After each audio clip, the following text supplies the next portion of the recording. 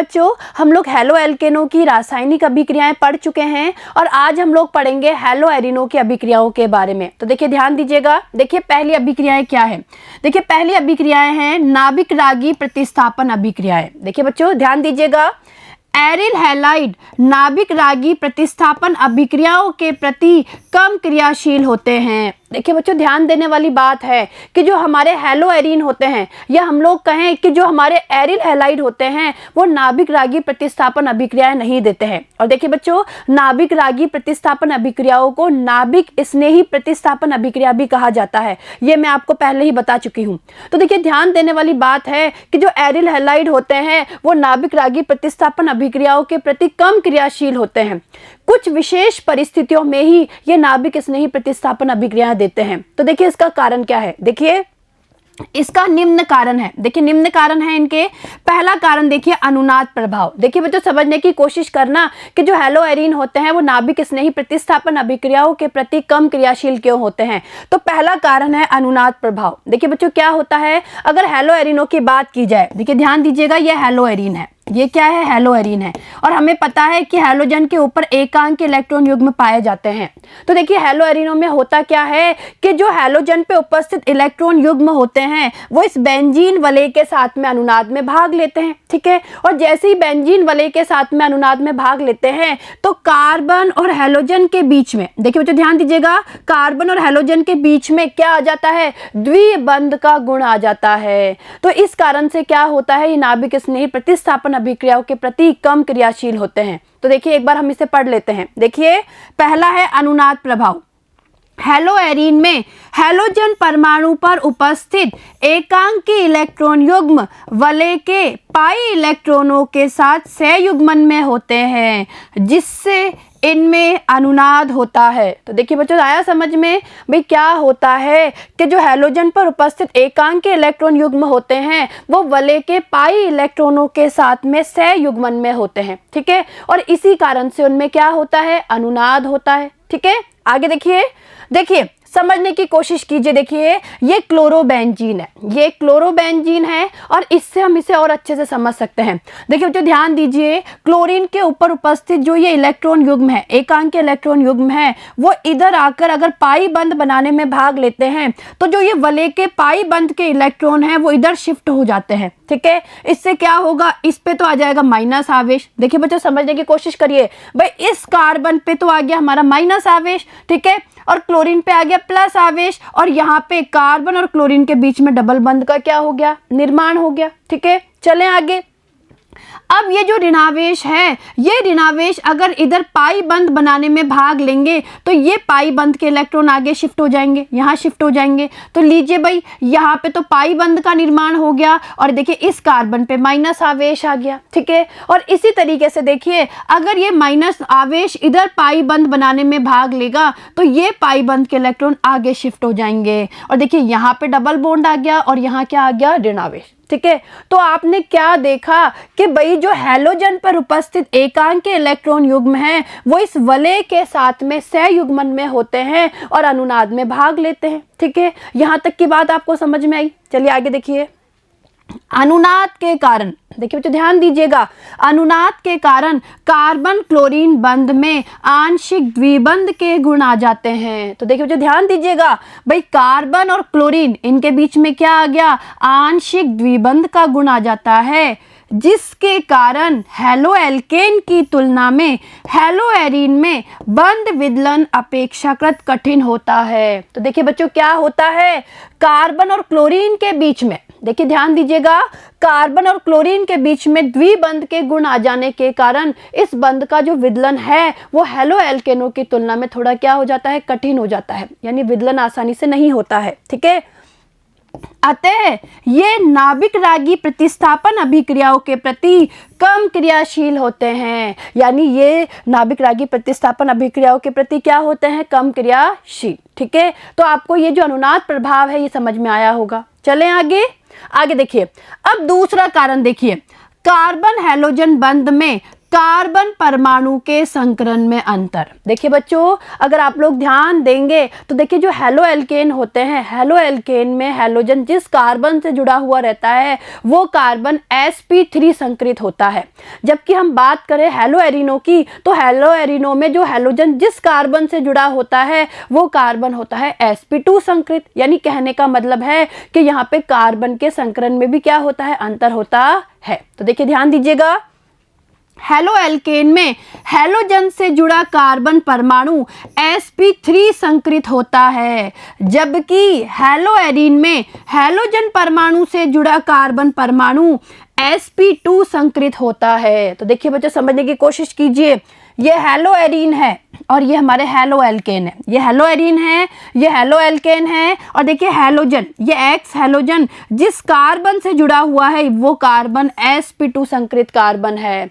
और इसी तरीके से अगर हम हेलो एल्केनों में देखेंगे तो हेलो एल्केनों में देखिए हैलोजन जिस कार्बन से जुड़ा हुआ है वो कार्बन sp3 संकरित होता है। ठीक है, आया समझ में? आगे देखिए, चूंकि अधिक S गुण युक्त sp2 संकरित कार्बन अधिक विद्युत ऋणात्मक होता है। देखिए बच्चों, ध्यान दीजिएगा कि अधिक S गुण युक्त जो sp2 संकरित कार्बन है वो अधिक क्या होता है, अधिक विद्युत ऋणात्मक होता है। अतः हेलो एरीन में कार्बन हैलोजन बंध अधिक मजबूत होता है। हेलो एल्केन में कार्बन क्लोरीन बंध की लंबाई 177 पिकोमीटर होती है। देखिए बच्चों, ध्यान दीजिएगा, अगर हेलो एल्केनों की बात करें तो कार्बन और क्लोरीन के बीच की बंध लंबाई यहाँ पे 177 पिकोमीटर होता है, तथा हेलो एरीन में ये 169 पिकोमीटर होता है। यानी अगर हम लोग हेलो एरीनों की बात करें तो हेलो एरीनों में कार्बन क्लोरीन बंध की लंबाई 169 पिकोमीटर होती है, जबकि हेलो एल्केनों में कार्बन क्लोरीन बंध की लंबाई 177 पिकोमीटर होती है। ठीक है, चलिए आगे देखिए। अतः नाभिक रागी प्रतिस्थापन अभिक्रिया के लिए हेलो एरीन कम क्रियाशील होते हैं। तो देखिए बच्चों, ये जो दूसरा कारण है ये भी आपको समझ में आया होगा। चलिए आगे। अब तीसरा देखिए, फेनिल धनायन का अस्थायित्व। देखिए, हेलो एरीनों के स्वतः आयनन से बना फेनिल धनायन स्थायी नहीं होता है क्योंकि इसमें अनुनाद नहीं होता है, अतः SN1 क्रियाविधि संभव नहीं होती है। देखिए बच्चों, अगर हम लोग हेलो एरीनों में SN1 क्रियाविधि की बात करें तो इनमें SN1 क्रियाविधि तो कभी भी संभव नहीं होती है, क्योंकि SN1 क्रियाविधि में हमें पता है कार्बोकेटायन का निर्माण होता है। अगर हेलो एरीनों में SN1 अभिक्रिया होगी तो यहाँ पे क्या बनेगा, फेनिल धनायन बनेगा। और देखिए बच्चों, जो फेनिल धनायन होता है वो स्थायी नहीं होता है। ठीक है, चलें आगे। चौथा देखिए, चौथा कारण है प्रतिकर्षण। देखिए बच्चों, इलेक्ट्रॉन धनी नाभिक स्नेही की इलेक्ट्रॉन धनी एरीन वलय की ओर जाने की संभावना कम होती है क्योंकि इनमें प्रतिकर्षण होता है। तो देखिए बच्चों, चौथा कारण क्या है कि जो इलेक्ट्रॉन धनी नाभिक स्नेही है उसकी इलेक्ट्रॉन धनी एरीन वलय की ओर जाने की संभावना कम होती है, क्योंकि दोनों के बीच में क्या होता है, प्रतिकर्षण होता है। और देखिए बच्चों, इन चारों कारणों से हमें ये पता लग जाता है कि जो हेलो एरीन है वो नाभिक स्नेही प्रतिस्थापन अभिक्रियाओं के प्रति, या हम कह सकते हैं नाभिक रागी प्रतिस्थापन अभिक्रियाओं के प्रति कम क्रियाशील होते हैं। ठीक है, तो आपको ये चारों कारण समझ में आए। चलें आगे। तो देखिए, अब हम नाभिक स्नेही प्रतिस्थापन अभिक्रियाओं के उदाहरण पढ़ेंगे। तो देखिए बच्चों, क्या होता है कि कुछ विशेष परिस्थितियों में ही जो हेलो एरीन है वो नाभिक स्नेही प्रतिस्थापन अभिक्रियाएं दर्शाते हैं। तो हम इनकी कुछ नाभिक स्नेही प्रतिस्थापन अभिक्रियाओं के बारे में अध्ययन करेंगे। तो देखिए ध्यान दीजिएगा, पहली अभिक्रिया देखिए, OH समूह द्वारा प्रतिस्थापन। तो देखिए बच्चों, 623 केल्विन ताप तथा 300 वायुमंडलीय दाब पर जलीय NaOH के साथ क्लोरोबेंजीन को गर्म करने पर यह फिनोल में परिवर्तित हो जाता है। तो देखिए बच्चों, क्या है, ये क्लोरोबेंजीन की अभिक्रिया है। भाई जब क्लोरोबेंजीन को 623 केल्विन ताप और 300 वायुमंडलीय दाब पर जलीय NaOH के साथ गर्म करते हैं तो क्या होता है, जो क्लोरीन है, क्लोरीन का OH समूह के द्वारा प्रतिस्थापन हो जाता है। ठीक है, तो देखिए अभिक्रिया देखिए बच्चों, ये क्लोरोबेंजीन है। क्लोरोबेंजीन की अभिक्रिया हम NaOH के साथ करवा रहे हैं 623 केल्विन ताप और 300 वायुमंडलीय दाब पर। ठीक है, क्या होगा, और अम्ल की उपस्थिति भी है, तो देखिए क्या होगा, इस Cl समूह का OH समूह के द्वारा प्रतिस्थापन हो जाएगा और ये देखिए फिनोल का क्या हो गया, निर्माण, और ये NaCl बाहर निकल गया। ठीक है, तो ये अभिक्रिया आपको समझ में आई होगी। चलिए आगे देखिए ऑर्थो तथा पैरा स्थिति पर इलेक्ट्रॉन आकर्षी समूह उपस्थित होने पर हैलोएरिन की क्रियाशीलता बढ़ जाती है। तो देखिए बच्चों, ध्यान देने वाली बात है कि ऑर्थो तथा पैरा स्थिति पर अगर इलेक्ट्रॉन आकर्षी समूह उपस्थित होता है तो हैलोएरिन की क्रियाशीलता क्या हो जाती है, बढ़ जाती है, यानी नाभिक स्नेही प्रतिस्थापन अभिक्रिया देने की प्रवृत्ति बढ़ जाती है। तो देखिए एक बार बच्चों ऑर्थो पैरा स्थितियों को समझ लीजिए। देखिए बच्चों क्या होता है, मान लीजिए ये हैलोएरिन है। देखिए बच्चों ये क्या है, ये हैलोएरिन है। ठीक है, जो हैलोएरिन है, हैलोएरिन की जो ये पोजीशंस होती है, ठीक है, जो ये वाली पोजीशंस होती है, जिसे हम बोल सकते हैं, इस कार्बन को अगर मैं 1 बोलूं तो इस कार्बन को बोलूंगी मैं 2। ठीक है, तो इन 1-2 पोजीशन को, यानी अगर 1 नंबर के कार्बन पे कोई हैलोजन है और 2 नंबर के कार्बन पे, यानी इस 2 नंबर की पोजीशन पे अगर कोई और समूह जुड़ा हुआ है तो इसे कहा जाता है ऑर्थो स्थिति। ठीक है, देखिए बच्चों ये स्थिति कहलाती है ऑर्थो। क्या कहलाती है, ऑर्थो, इसे कहते हैं ऑर्थो स्थिति। ठीक है, इसे कहते हैं पैरा स्थिति। देखिए बच्चों इसे कहते हैं पैरा स्थिति, और इसे कहा जाता है मेटा। इसे क्या कहा जाता है, मेटा। देखिए बच्चों ध्यान देने वाली बात है, मान लीजिए हैलोएरिन है और हैलोएरिन के संदर्भ में अगर हम लोग बात करें, हैलोजन के संदर्भ में हम लोग बात करें, तो ये जो दोनों पोजीशंस होती है, ये पोजीशन और ये पोजीशन, ये कहलाती है ऑर्थो, यानी ये भी ऑर्थो ये भी ऑर्थो, ये दोनों पोजीशंस कहलाती है मेटा। तो देखिए मेटा को स्मॉल m से दर्शाते हैं, ये भी मेटा ये भी मेटा, और ये पोजीशन कहलाती है पैरा। क्या कहलाती है, पैरा। तो देखिए आप ध्यान से देखेंगे तो 2 तो ऑर्थो पोजीशन होती है, 2 मेटा पोजीशन होती है और 1 होती है पैरा पोजीशन। ठीक है,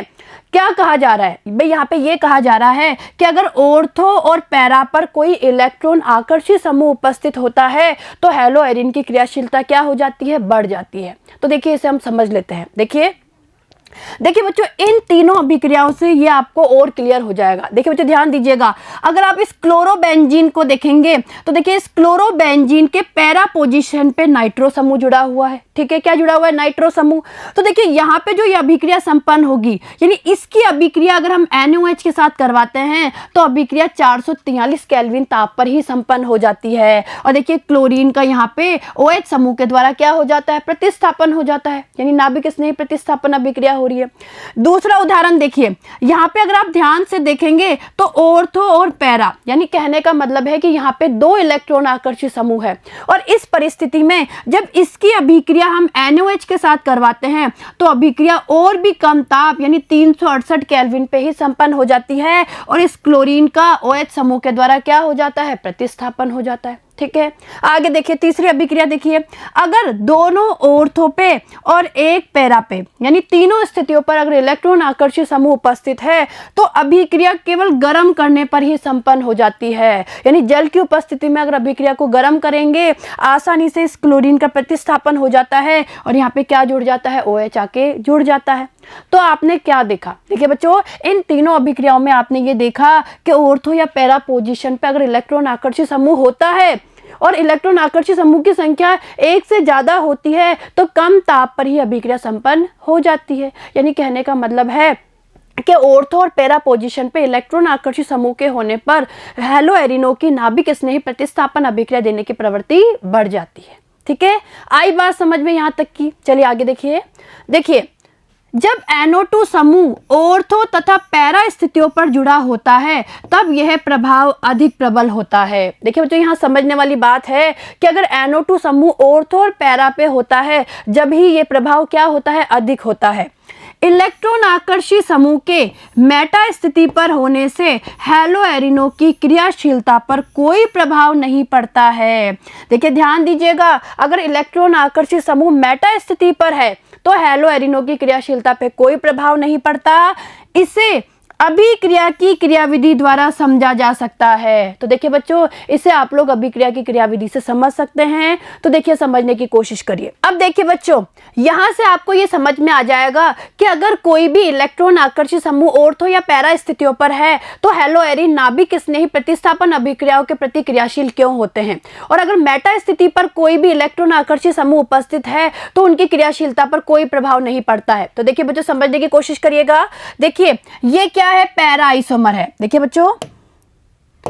बच्चों, ये हमारे कोई हेलो एरीन है, यानी हम ये कह सकते हैं कि क्लोरोबेंजीन है। ये क्या है, क्लोरोबेंजीन, और क्लोरोबेंजीन की पैरा पोजीशन पे नाइट्रो समूह जुड़ा हुआ है, यानी ये कोई पैरा आइसोमर है। ठीक है, देखिए बच्चों, ये क्या है, ये ऑर्थो आइसोमर है और ये मेटा आइसोमर है। ठीक है, यानी कहने का मतलब है कि इसमें क्लोरोबेंजीन की पैरा पोजीशन पे नाइट्रो समूह जुड़ा हुआ है, इसमें क्लोरोबेंजीन की ऑर्थो स्थिति पर जो क्या है, नाइट्रो समूह जुड़ा हुआ है, और यहाँ पे देखिए मेटा स्थिति पर नाइट्रो समूह जुड़ा हुआ है। ठीक है, अब एक बार हम इसकी नाभिक स्नेही प्रतिस्थापन अभिक्रियाएं देख लेते हैं। तो देखिए बच्चों, अगर पैरा आइसोमर नाभिक स्नेही प्रतिस्थापन अभिक्रियाएं देता है तो क्या होता है। तो देखिए ध्यान दीजिएगा, जब कोई भी नाभिक स्नेही, देखिए बच्चों ये OH माइनस नाभिक स्नेही है, जब ये नाभिक स्नेही इस कार्बन पे, देखिए बेंजीन वलय के, देखिए बच्चों जो हेलो एरीन है, तो हेलो एरीन के जिस कार्बन से हैलोजन जुड़ा हुआ होता है उस कार्बन पे नाभिक स्नेही क्या करता है, आक्रमण करता है। ठीक है, तो देखिए जो ये OH है वो इस कार्बन पे, ठीक है, जिस कार्बन से क्लोरीन जुड़ी हुई है उस कार्बन पे आक्रमण करेगा। ठीक है, क्या होगा, ये जो बेंजीन के ये पाई बंध के इलेक्ट्रॉन है, देखिए ये इस कार्बन पे आगे शिफ्ट हो गए आगे। तो देखिए क्या होगा, OH समूह तो इस कार्बन से जुड़ जाएगा। देखिए OH समूह इस कार्बन से जुड़ गया, और ये जो है पाई बंध के इलेक्ट्रॉन जब आगे शिफ्ट हुए तो इस कार्बन पे माइनस आवेश आ गया। ठीक है, अब क्या होगा, यहाँ पे अनुनाद होगा। देखिए ये माइनस अगर आगे आएगा, ये जो माइनस आवेश आगे पाई बंध बनाने में भाग लेगा तो ये पाई बंध के इलेक्ट्रॉन आगे शिफ्ट हो जाएंगे, यानी यहाँ पे तो आ गया डबल बॉन्ड, इस कार्बन पे आ गया माइनस आवेश। अब ये जो माइनस आवेश है ये आगे शिफ्ट होगा पाई बंध बनाने में, तो ये पाई बंध के इलेक्ट्रॉन आगे शिफ्ट हो जाएंगे। तो लीजिए भाई क्या हुआ, यहाँ डबल बॉन्ड आ गया, यहाँ माइनस चार्ज आ गया, और जब ये माइनस आवेश दोबारा इधर पाई बंध बनाने में भाग लेगा तो देखिए ये हैलोजन बाहर निकल गई। ठीक है, यानी कहने का मतलब है कि ये क्या हो गई, अनुनादी संरचना हो गई और ये अनुनादी संकर हो गया। ठीक है, आपको ये चीज समझ में आई होगी। और देखिए ये धीमा चरण होता है। ठीक है, ये धीमा चरण होता है, और तीव्र चरण में क्या होता है, जो क्लोरीन है ये Cl माइनस के रूप में बाहर निकल जाती है। ठीक है, इसी तरीके से देखिए अगर आप ऑर्थो आइसोमर को देखेंगे, ऑर्थो आइसोमर में भी इसी तरीके से अनुनाद पाया जाता है। देखिए क्या होता है, जो ये नाभिक स्नेही है इस कार्बन पे आक्रमण करेगा, पाई बंध के इलेक्ट्रॉन आगे शिफ्ट हो जाएंगे, पाई बंध के इलेक्ट्रॉन जब आगे शिफ्ट होंगे तो इस कार्बन पे क्या आ गया, देखिए इस कार्बन पे माइनस आ गया, कार्बन पे माइनस आ गया। ये जो कार्बन के इलेक्ट्रॉन है, देखिए बच्चों जो ये माइनस आवेश है ये आगे शिफ्ट होगा, भाई ये माइनस आवेश आगे शिफ्ट होगा डबल बॉन्ड बनाने के लिए, तो ये पाई बंध के इलेक्ट्रॉन यहाँ आ जाएंगे, तो इस कार्बन पे ऋण आवेश आ गया और यहाँ पाई बॉन्ड आ गया। अब ये माइनस आवेश आगे शिफ्ट होगा तो देखिए ये जो इलेक्ट्रॉन है वो इस कार्बन की ओर आ जाएंगे, भाई पाई बंध के इलेक्ट्रॉन इधर आ जाएंगे, और इसी तरीके से देखिए इस कार्बन पे माइनस आवेश, यहाँ आ गया डबल बॉन्ड, और जब ये माइनस आवेश के इलेक्ट्रॉन इधर पाई बंध बनाने में भाग लेंगे तो ये क्लोरीन क्या हो जाएगी, बाहर निकल जाएगी।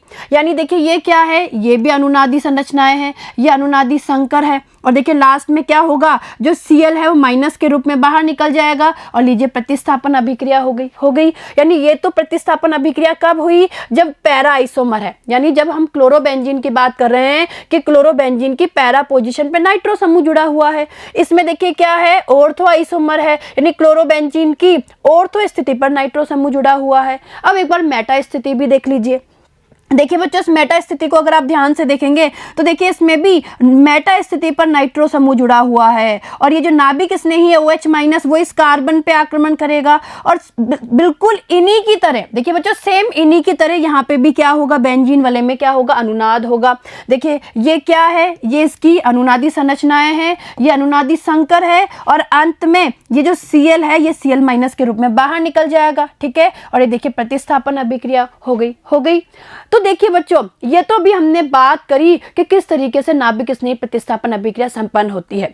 अब यहाँ से आप एक चीज समझने की कोशिश करना कि देखिए, जब कोई भी इलेक्ट्रॉन आकर्षित समूह, देखिए बच्चों ध्यान दीजिएगा, जब कोई भी इलेक्ट्रॉन आकर्षित समूह ऑर्थो या पैरा पे होता है तो देखिए उस परिस्थिति में क्या होता है, जो माइनस आवेश है, जिस माइनस आवेश का विस्थानीकरण हो रहा है, उस माइनस आवेश को स्थायित्व प्राप्त हो जाता है। देखिए कैसे, देखिए बच्चों, सबसे पहले आप इस पैरा आइसोमर को देखेंगे तो देखिए इसके नाभिक स्नेह प्रतिस्थापन अभिक्रिया में आप ध्यान से देखिए, देखिए बच्चों ध्यान से देखिए इन अनुनादी संरचनाओं में कि जो ऋणावेश का विस्थानीकरण हो रहा है वो ऑर्थो और पैरा पोजीशन पे हो रहा है। देखिए बच्चों, कहने का मतलब है कि आप तीनों प्रकार की जब अनुनादी संरचनाएं देखेंगे, यानी पैरा आइसोमर में, ऑर्थो आइसोमर में या मेटा आइसोमर में, तो आप देखेंगे कि जो ऋणावेश का विस्थानीकरण हो रहा है वो ऑर्थो और पैरा पोजीशन पे ही हो रहा है। और देखिए, जब ऑर्थो और पैरा पोजीशन पे ऋणावेश का विस्थानीकरण हो रहा है और अगर ऑर्थो और पैरा पे कोई समूह उपस्थित होता है तो वो ऋणावेश को स्थायित्व प्रदान कर देते हैं।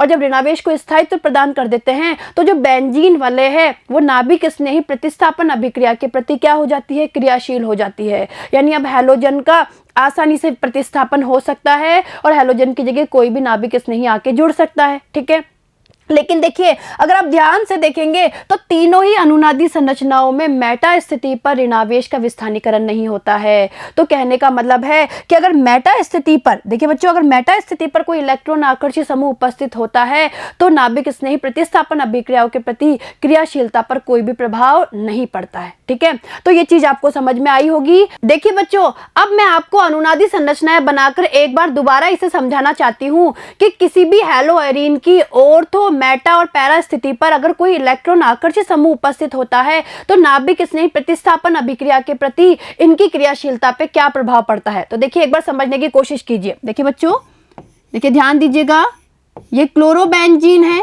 ठीक है, ये क्लोरोबेंजीन है और देखिए क्लोरोबेंजीन की ऑर्थो पोजीशन पे नाइट्रो समूह जुड़ा हुआ है। ठीक है, इस पे माइनस, इस पे प्लस। देखिए बच्चों, मैं आपको जो ये ऑर्थो प्रतिस्थापित क्लोरोबेंजीन है इसकी संरचना से ऑर्थो, मेटा, पैरा तीनों स्थितियों के बारे में आपको अच्छे से समझा दूंगी। तो देखिए बच्चों, समझने की कोशिश कीजिए। मान लीजिए यहाँ पे कोई नाभिक स्नेही प्रतिस्थापन अभिक्रिया संपन्न हो रही है, यानी कहने का मतलब है कि नाभिक स्नेही, ये जो OH माइनस नाभिक स्नेही है, देखिए ये क्या करेगा, ये इस कार्बन पे आक्रमण करेगा। इस कार्बन पे क्या करेगा, आक्रमण करेगा। देखिए बच्चों क्या होगा, देखिए जब ये इस कार्बन पे आक्रमण करेगा, देखिए बच्चों ध्यान दीजिएगा, जब ये इस कार्बन पे आक्रमण करेगा ये पाई बंध के इलेक्ट्रॉन इस कार्बन के पास आ जाएंगे। तो देखिए यहाँ पे जुड़ गया Cl, ये जुड़ गया OH। ठीक है, इस पे आ गया माइनस आवेश और यहाँ जुड़ा हुआ है N double bond O minus और N पे क्या है, प्लस। ठीक है, आई बात समझ में। अब देखिए इसमें अनुनाद होगा। कैसे अनुनाद होगा, देखिए बच्चों, ये जो ऋणावेश है, ऋणावेश इधर पाई बंध बनाने में भाग लेगा तो ये पाई बंध के इलेक्ट्रॉन आगे शिफ्ट हो जाएंगे। तो देखिए क्या अनुनादी संरचना बनी, ध्यान दीजिएगा। देखिए यहाँ पे आ गया माइनस, ये डबल बॉन्ड, यहाँ double bond and double bond O minus, यहाँ प्लस और यहाँ पे Cl और यहाँ जुड़ा हुआ है OH। ठीक है, ये अनुनादी संरचना बन गई। आगे देखिए क्या होगा, ये ऋणावेश अगर इधर पाई बंध बनाने में भाग लेगा ये पाई बंध के इलेक्ट्रॉन इधर आगे शिफ्ट हो जाएंगे। तो देखिए क्या होगा, देखिए यहाँ पे वही N डबल बॉन्ड O ये O पे माइनस, N पे प्लस, इधर Cl और OH जुड़ा हुआ है। ठीक है, और इधर देखिए यहाँ डबल बॉन्ड है, यहाँ डबल बॉन्ड है और इस कार्बन पे अब क्या आ गया, ऋणावेश आ गया। ठीक है, और अब देखिए ये जो मैंने बनाई है, देखिए बच्चों ये जो मैंने बनाई है ये अनुनादी संरचनाएं बनाई है, मैंने बॉक्स में बंद कर दिया। ये पूरी हमारी क्या होगी, अनुनादी संरचनाएं होगी। और देखिए इसके बाद क्या होता है, ये माइनस आवेश अगर इधर आ जाता है, देखिए ये जो ऋणावेश इधर पाई बंध बनाने में भाग लेता है तो ये हैलोजन क्या हो जाती है, बाहर निकल जाती है। देखिए क्या संरचना बनी, देखिए अब क्या संरचना बनेगी। देखिए यहाँ double bond double bond double bond, यहाँ जुड़ गया OH आके और यहाँ N डबल बॉन्ड O पे माइनस और इस N पे प्लस। ठीक है, तो देखिए बच्चों, मैंने आपको जो ये अनुनादी संरचनाएं बताई है और ये जो अभिक्रिया बताई है कि किस तरीके से नाभिक स्नेह प्रतिस्थापन अभिक्रिया बताई है, ये मैंने आपको क्लोरोबेंजीन के ऑर्थो प्रतिस्थापी की बताई है। यानी कहने का मतलब है, जब क्लोरोबेंजीन की ऑर्थो स्थिति पर नाइट्रो समूह जुड़ा हुआ है तो मैंने आपको ये बताया है कि किस तरीके से नाभिक स्नेही प्रतिस्थापन अभिक्रिया संपन्न होती है और किस तरीके से अनुनाद होता है। और देखिए बच्चों, इसी तरीके की अनुनादी संरचनाएं जो बनती है वो पैरा आइसोमर के लिए और मेटा आइसोमर के लिए भी बनती है।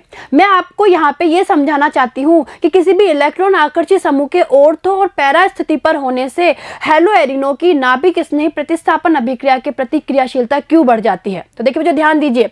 देखिए, अगर आप इन अनुनादी संरचनाओं को देखेंगे तो देखिए बच्चों, ध्यान दीजिएगा, इन अनुनादी संरचनाओं को ध्यान से देखने पर आपको पता लगेगा कि ऑर्थो और पैरा, देखिए बच्चों, ऑर्थो और पैरा पोजीशन पे ही ऋणावेश का क्या होता है, विस्थानीकरण होता है। और देखिए बच्चों, मैं आपको अभी बता चुकी हूँ कि ऑर्थो आइसोमर की बात करें, पैरा आइसोमर की बात करें या मेटा आइसोमर की जो संरचनाएं होगी वो इसी तरीके से बनेगी। केवल ऑर्थो आइसोमर में जो ये इलेक्ट्रॉन आकर्षित समूह है वो ऑर्थो पे जुड़ा होता है। अगर हम मेटा आइसोमर की बात करें तो ये समूह मेटा पे जुड़ा होता है, और पैरा आइसोमर की बात करें तो ये समूह पैरा स्थिति पर जुड़ा होता है। ठीक है, तो ये आपको समझ में आया। तो देखिए, अगर आप इन अनुनादी संरचनाओं को देखेंगे तो ऑर्थो और पैरा स्थिति पर ही ऋणावेश का क्या हो रहा है, विस्थानीकरण हो रहा है। तो देखिए बच्चों, अगर ऑर्थो और पैरा पर कोई इलेक्ट्रॉन आकर्षित समूह उपस्थित होता है, जैसे ये इलेक्ट्रॉन आकर्षित समूह ऑर्थो पे है, तो ये क्या करेगा, इस जो ऋणावेश है इस ऋणावेश को स्थायित्व प्रदान कर देता है। भाई इलेक्ट्रॉन आकर्षित समूह है तो इलेक्ट्रॉन आकर्षित समूह क्या करेगा, इस जो ऋणावेश है इस ऋणावेश को विस्थानीकृत कर देगा। तो देखिए, ऑर्थो पे माइनस आवेश है तो इस ऑर्थो के ऋणावेश को इस नाइट्रो समूह ने क्या कर दिया, स्थायित्व प्रदान कर दिया। ठीक है, इसी तरीके से मान लीजिए अगर हम पैरा प्रतिस्थापी की बात करें तो पैरा प्रतिस्थापी में समूह ऑर्थो पे ना होकर पैरा पे होता है। ठीक है, यानी मान लीजिए यहाँ पे कोई समूह होता है और यहाँ पे कोई समूह होता है तो वो इलेक्ट्रॉन आकर्षित समूह भी ऋणावेश को स्थायित्व प्रदान कर देता है। तो आपने क्या देखा कि भाई ऋणावेश का विस्थानीकरण ऑर्थो और पैरा पे हो रहा है, और ऑर्थो और पैरा पे अगर इलेक्ट्रॉन आकर्षित समूह उपस्थित है तो वो ऋणावेश को क्या कर देते हैं, स्थायित्व प्रदान कर देते हैं, जिससे क्या होता है, जो हैलोएरिन होते हैं वो नाभिक स्नेही प्रतिस्थापन अभिक्रिया के प्रति अधिक क्रियाशील हो जाते हैं, या ये कह सकते हैं कि नाभिक स्नेही प्रतिस्थापन अभिक्रियाएं दे देते हैं। लेकिन अगर आप इन अनुनादी संरचनाओं को देखेंगे तो देखिए बच्चों, मेटा स्थिति पर, देखिए मेटा स्थिति पर यहाँ पे ऋणावेश का कोई विस्थानीकरण नहीं होता है। तो अगर मेटा स्थिति पर कोई इलेक्ट्रॉन आकर्षित समूह उपस्थित है तो नाभिक स्नेही प्रतिस्थापन अभिक्रियाओं के प्रति हैलोएरिनों की क्रियाशीलता पे कोई भी प्रभाव नहीं पड़ता है। ठीक है, तो ये बात आपको क्लियर हुई। तो ये अनुनादी संरचनाएं बनाकर मैं आपको ये समझाना चाहती थी कि इलेक्ट्रॉन आकर्षित समूह का ऑर्थो और पैरा स्थितियों पर उपस्थित होने से हैलोएरिनों की क्रियाशीलता पे क्या प्रभाव पड़ता है। ठीक है, आया समझ में ये आपको। चलिए आगे देखिए। अब दूसरी अभिक्रियाएं देखिए, इलेक्ट्रॉन रागी प्रतिस्थापन अभिक्रियाएं। देखिए बच्चों, ध्यान दीजिएगा, हैलोएरिन बेंजीन की तरह इलेक्ट्रॉन रागी प्रतिस्थापन अभिक्रियाएं देते हैं। तो देखिए बच्चों, दूसरे प्रकार की अभिक्रियाएं हैं इलेक्ट्रॉन रागी प्रतिस्थापन अभिक्रियाएं, और ये कहा जाता है कि जो हैलोएरिन है वो बेंजीन की तरह ही इलेक्ट्रॉन रागी प्रतिस्थापन अभिक्रियाएं देते हैं। ठीक है, आगे देखिए, हैलोजन परमाणु के आंशिक निष्क्रियकारी होने पर भी यह ऑर्थो तथा पैरा निर्देशकारी होता है। देखिए बच्चों, क्या है कि जो हैलोजन परमाणु होते हैं वो आंशिक निष्क्रियकारी होने के साथ साथ ऑर्थो पैरा निर्देशककारी होते हैं। और देखिए बच्चों, इसका कारण क्या है, इसका कारण है कि जो हैलोजन परमाणु होते हैं वो -I प्रभाव के साथ साथ +M प्रभाव भी प्रदर्शित करते हैं। इसी कारण से आंशिक निष्क्रियकारी होते हुए भी ये क्या होते हैं, इलेक्ट्रॉन रागी प्रतिस्थापन अभिक्रियाओं के प्रति ऑर्थो पैरा निर्देशकारी होते हैं। ठीक है, आगे देखिए, अतः प्रतिस्थापन अभिक्रिया हैलोजन के स्थान पर ऑर्थो तथा पैरा स्थितियों पर होती है। और देखिए बच्चों, ध्यान देने वाली बात है कि यहाँ पे जो इलेक्ट्रॉन रागी प्रतिस्थापन अभिक्रिया संपन्न होती है वो ऑर्थो या पैरा स्थितियों पर होती है। ठीक है, चलिए आगे देखिए।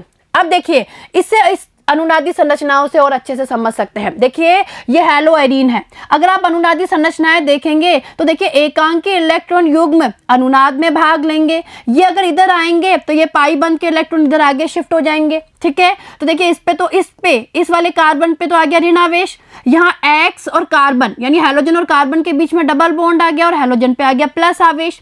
अब ये जो ऋणावेश आगे पाई बंद बनाने में भाग लेंगे तो ये पाई बंद के इलेक्ट्रॉन आगे शिफ्ट हो जाएंगे, ठीक है। तो यहाँ आ गया डबल बॉन्ड, इस कार्बन पे आ गया ऋणावेश आ गया।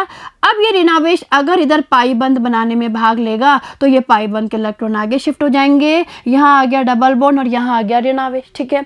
तो देखिए बच्चों, इन अनुनादी संरचनाओं से आपको और अच्छे से समझ में आया होगा भाई ऋणावेश का विस्थानीकरण ऑर्थो और पैरा पे हो रहा है, इसीलिए इलेक्ट्रॉन रागी प्रतिस्थापन अभिक्रियाएं ऑर्थो और पैरा पे ही संपन्न होती है, ठीक है। आगे देखिए, अनुनाद के कारण ऑर्थो तथा पैरा स्थितियों पर इलेक्ट्रॉन घनत्व अधिक बढ़ जाता है। तो देखिए आपने क्या देखा कि भाई यहाँ पे क्या हो रहा है, इन अनुनादी संरचनाओं से आपको पता लगा कि ऑर्थो और पैरा स्थितियों पर इलेक्ट्रॉन घनत्व बढ़ रहा है, ऋणावेश का विस्थानीकरण हो रहा है और इसी कारण से क्या होता है, इलेक्ट्रॉन स्नेह प्रतिस्थापन अभिक्रियाएं इन दोनों स्थितियों पर ही संपन्न होती है, ठीक है। आगे देखिए, -I प्रभाव के कारण हैलोजन परमाणु की प्रकृति बेंजीन वलय के इलेक्ट्रॉन को आकर्षित करने की होती है, अतः बेंजीन की तुलना में हेलोबेंजीन की इलेक्ट्रॉन स्नेही प्रतिस्थापन अभिक्रियाएं मंद गति से होती है। देखिए बच्चों, ध्यान देने वाली बात है कि अगर हम लोग हेलोएरीन की बात करें तो हेलोएरीन में जो हैलोजन होता है वो -I प्रभाव भी प्रदर्शित करता है, ठीक है। भाई मैंने अभी आपको बताया था ना कि हैलोजन -I और +M ये प्रभाव प्रदर्शित करते हैं। तो देखिए -I प्रभाव के कारण क्या होता है, हैलोजन परमाणु की प्रकृति बेंजीन वलय के इलेक्ट्रॉनों को आकर्षित करने की होती है और इसी कारण से बेंजीन की तुलना में हेलोबेंजीन की इलेक्ट्रॉन स्नेही प्रतिस्थापन अभिक्रिया थोड़ी मंद गति से होती है, ठीक है। आई समझ में? चलिए आगे देखिए। अब देखिए क्लोरोबेंजीन की इलेक्ट्रॉन स्नेही प्रतिस्थापन अभिक्रियाएं। तो अब हम बात करेंगे क्लोरोबेंजीन की इलेक्ट्रॉन स्नेही प्रतिस्थापन अभिक्रियाओं के बारे में। तो देखिए बच्चों ध्यान दीजिएगा, पहली अभिक्रिया है हैलोजनीकरण। देखिए बच्चों ध्यान दीजिएगा, भाई हैलोजनीकरण का मतलब होता है हैलोजन का जुड़ना, ठीक है। तो देखिए क्लोरोबेंजीन की क्रिया निर्जल FeCl3 की उपस्थिति में क्लोरीन से करवाने पर ऑर्थो तथा पैरा डाइक्लोरोबेंजीन प्राप्त होती है। यहाँ पैरा उत्पाद अधिक मात्रा में बनता है। तो देखिए अभिक्रिया देखिए क्लोरोबेंजीन है, इसकी अभिक्रिया क्लोरीन के साथ FeCl3 की उपस्थिति में करवा रहे हैं, निर्जल FeCl3 की उपस्थिति में।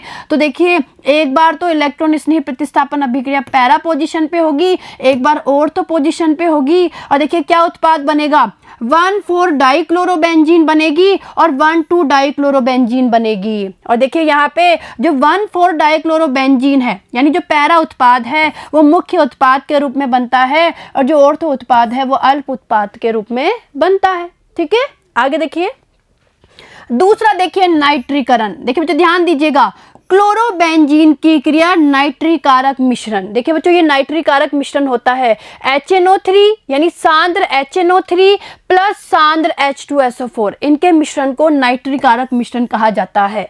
तो जब क्लोरोबेंजीन की अभिक्रिया इस नाइट्रीकारक मिश्रण के साथ करवाई जाती है तो पैराक्लोरोनाइट्रोबेंजीन मुख्य उत्पाद के रूप में बनता है। तो देखिए ध्यान दीजिएगा, भाई यहाँ पे ऑर्थो प्रतिस्थापन भी होता है और पैरा प्रतिस्थापन भी होता है, लेकिन जो पैरा उत्पाद बनता है वो मुख्य उत्पाद के रूप में बनता है। तो देखिए ध्यान दीजिएगा, क्लोरोबेंजीन की अभिक्रिया हम लोग नाइट्रीकारक मिश्रण के साथ करवा रहे हैं। एक बार तो प्रतिस्थापन अभिक्रिया होगी ऑर्थो पे और एक बार होगी पैरा पे, यानी यहाँ पे देखिए नाइट्रो समूह ऑर्थो पे जुड़ गया और यहाँ कहाँ जुड़ गया, पैरा पे जुड़ गया, ठीक है। और देखिए जो ध्यान दीजिएगा, इस अभिक्रिया में जो नाइट्रोनियम आयन होता है NO2+, ठीक है, ये जो आयन होता है ये आयन यहाँ पे इलेक्ट्रॉन स्नेही की तरह व्यवहार करता है। और देखिए क्या उत्पाद बना, एक तो ये उत्पाद बना 1 क्लोरो 2 नाइट्रोबेंजीन, ये बना जो अल्प मात्रा में बना, और एक ये उत्पाद बना 1 क्लोरो 4 नाइट्रोबेंजीन जो मुख्य उत्पाद के रूप में बनता है, ठीक है।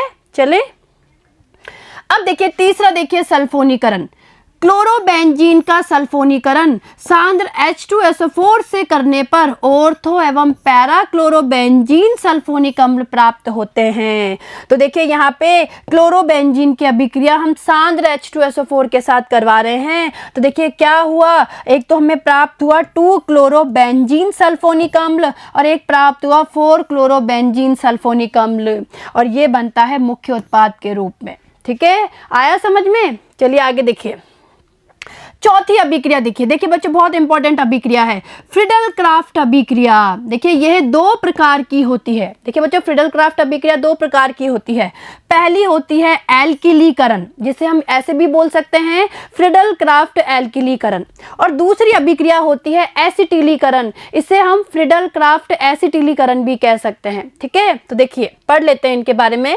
पहला देखिए फ्रीडल क्राफ्ट एल्किलीकरण। तो देखिए बच्चों निर्जल AlCl3 की उपस्थिति में क्लोरोबेंजीन की एल्किल हैलाइड से क्रिया करवाने पर ऑर्थो तथा पैरा क्लोरोटोलुइन प्राप्त होती है। तो देखिए बच्चों क्लोरोबेंजीन है, क्लोरोबेंजीन की अभिक्रिया हम क्लोरोमेथेन के साथ करवा रहे हैं। ये क्लोरोमेथेन है, यानी किसी भी एल्किल हैलाइड को हम काम में ले सकते हैं। तो ये हमने क्लोरोमेथेन काम में लिए और ये अभिक्रिया निर्जल AlCl3 की उपस्थिति में हो रही है। तो देखिए क्या होगा, एल्किल समूह, यानी यहाँ पे एल्किल समूह क्या है, मैथिल, यानी एक बार तो मैथिल समूह ऑर्थो पे जुड़ जाएगा और एक बार मैथिल समूह पैरा पे जुड़ जाएगा। ठीक है, तो ये तो बन गया ऑर्थोक्लोरोटोलुइन, ये बन गया पैराक्लोरोटोलुइन। और देखिए IUPAC नाम क्या है, इस उत्पाद का IUPAC नाम है 1-क्लोरो-2-मेथिल-बेंजीन, और इस उत्पाद का IUPAC नाम है 1-क्लोरो-4-मेथिल-बेंजीन।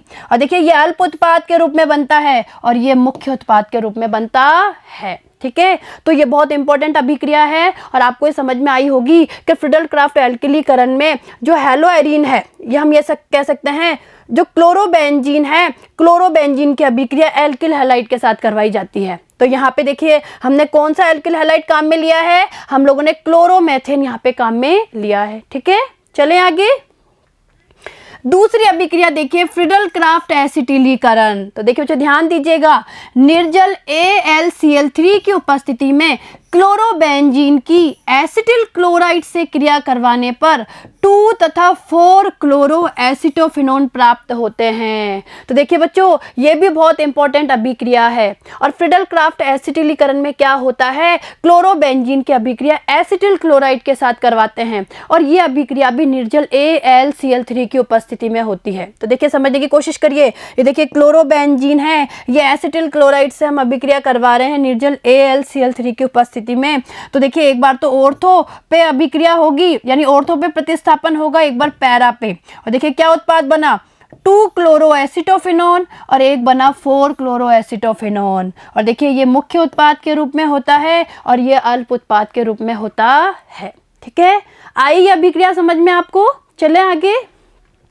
अब देखिए अब तीसरी अभिक्रिया देखिए धातुओं से क्रिया। देखिए बच्चों अब हम हेलोएरिनो की तीसरे प्रकार की अभिक्रिया पढ़ रहे हैं, धातुओं के साथ क्रिया। और देखिए बहुत इंपॉर्टेंट अभिक्रिया है, पूछ ली जाती है। तो देखिए एल्किल हैलाइड तथा एरिल हैलाइड का मिश्रण सोडियम के साथ शुष्क ईथर की उपस्थिति में गर्म करने पर एल्किलेरिन देता है। तो देखिए बच्चों ध्यान दीजिएगा, होता क्या है भाई, एल्किल हैलाइड और एरिल हैलाइड की अभिक्रिया करवाई जाती है सोडियम के साथ शुष्क ईथर की उपस्थिति में। ठीक है, तो जब इन्हें गर्म करते हैं तो एल्किलेरिन प्राप्त होता है। और देखिए बच्चों इसे वुड्स फिटिंग अभिक्रिया कहते हैं। तो देखिए बहुत इंपॉर्टेंट अभिक्रिया है, पूछ ली जाती है। तो देखिए ये हमारा क्या है, एरिल हैलाइड है और ये एल्किल हैलाइड है। ठीक है, इनकी अभिक्रिया सोडियम के साथ शुष्क ईथर की उपस्थिति में करवा रहे हैं, तो एल्किलेरिन बन गया और हमारा NX बाहर निकल गया। ठीक है, चलें आगे।